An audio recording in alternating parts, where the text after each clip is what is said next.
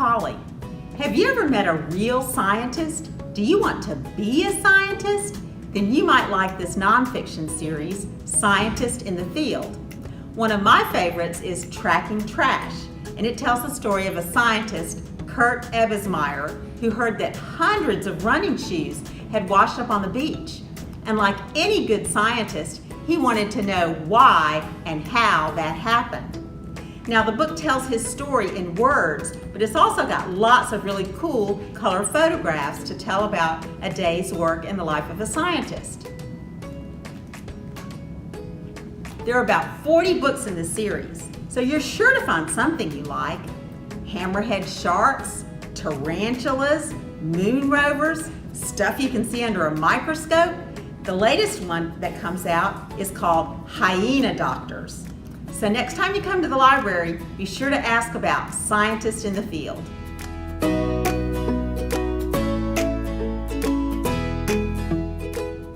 Zach is about to start second grade, and he's a little nervous because he's going to a new school on a new planet, Nebulon.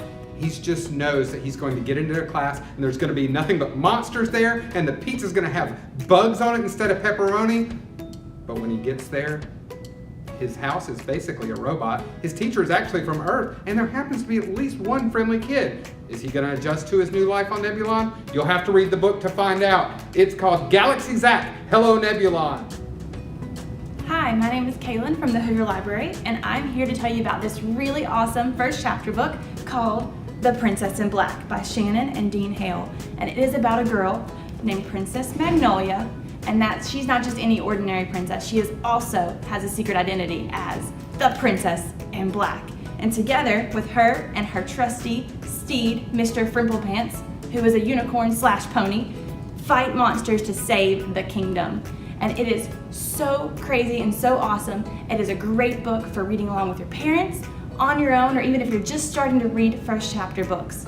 So, will Princess Magnolia be able to save the kingdom without letting anyone find out about her secret identity? You have to come to the library and check it out. Hi, I'm Miss Kayla, and I recommend reading Fizz and the Police Dog Tryouts. It's about a small dog who's cute and fluffy, but he has big dreams. He wants to become a police dog. So this first book in the series follows his journey down to Sunnyvale City Police Station, where he meets a bully named Amadeus, who doesn't believe he can do it. Now Amadeus looks the part. He looks like the next big police dog, but Fizz thinks he can do it too. Will he overcome these obstacles and become the next city police dog? Well, you'll have to find out by reading Fizz and the Police Dog Tryouts. Hi, I'm Mr. Justin. Are you one of those kids who says things like, history is boring? Well, then you could probably relate to Abby and her stepbrother Doc in this new series by acclaimed history writer Steve Sheinkin, Time Twisters. The first book in this chapter book series is Abraham Lincoln, Pro Wrestler. Now, Abe and the rest of the people of history get so tired of people calling their lives boring that Abe decides to quit.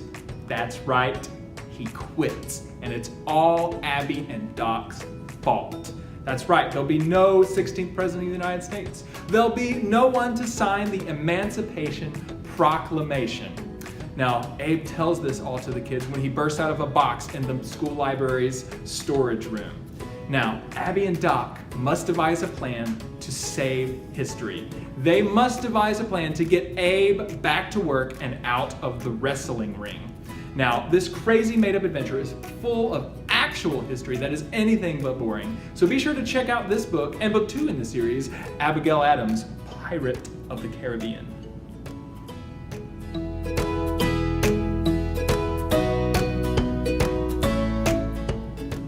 Hey guys, Miss Annabeth here. Now this book is called The Magic Misfits by Neil Patrick Harris. You may have heard of the author, he's very famous, and he actually reads the audiobook, which I listened to, and it was excellent. I highly recommend it.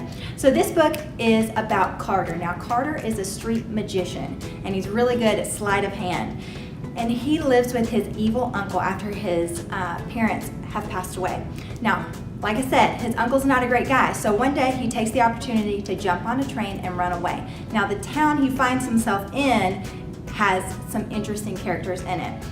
including BB Basso, who is the local carnival boss. And now he is also not a good guy, and he's got some secrets that you will find out when you read this book.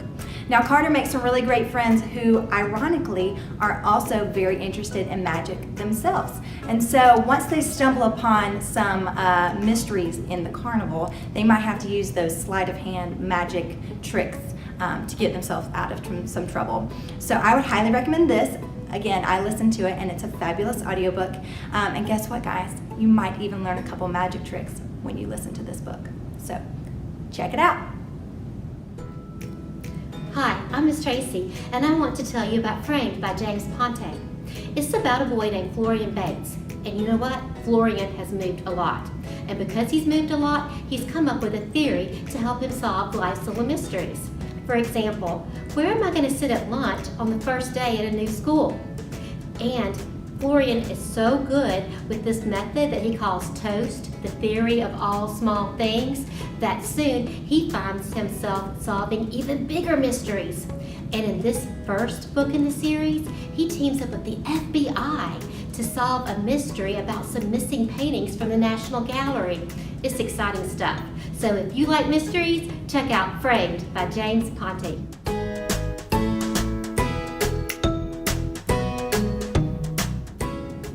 Hi, my name is Wendy, and I'm going to talk about The Bells by Donnell Clayton.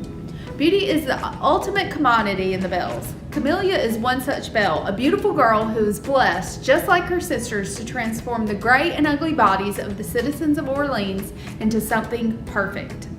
Camellia and her 5 sisters just turned 16, and they are about to take their places into society, where they will, for an exorbitant fee, work their magic unto the citizens of Orleans.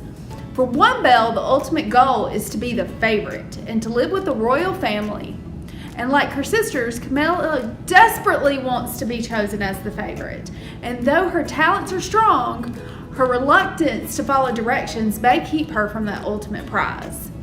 It's not long before Camellia realizes that life is not what it seems. The royal family is facing terrible challenges. A crown princess who has been asleep for years, and one who has delusions and will be disastrous if she takes the throne. Camellia and her sisters have been kept in the dark most of their lives about their powers and strengths. And when Camellia is asked to use her bell magic in ways that was never intended, she finds herself caught up in a political plot and faced with impossible choices. This is The Bells by Donnell Clayton. Hello, I'm Miss Emma, and if you're looking for a dystopian novel where the world has seemingly conquered death, then this one's for you. This book is called Scythe by Neil Shusterman and is the first book in the Arc of the Scythe series. In this book, they have conquered immortality and eradicated death, hunger, and famine. However, to control the population, they have scythes who randomly kill members of the population. Scythe apprentices Citra and Rowan are tasked with not only learning how to kill people, but also conquering the one thing that this book hasn't dealt with yet, which is corruption within the Scythedom. So if you like fantasies and dystopian novels, then this one's for you. And if you like audiobooks, I listened to this one and it was fantastic.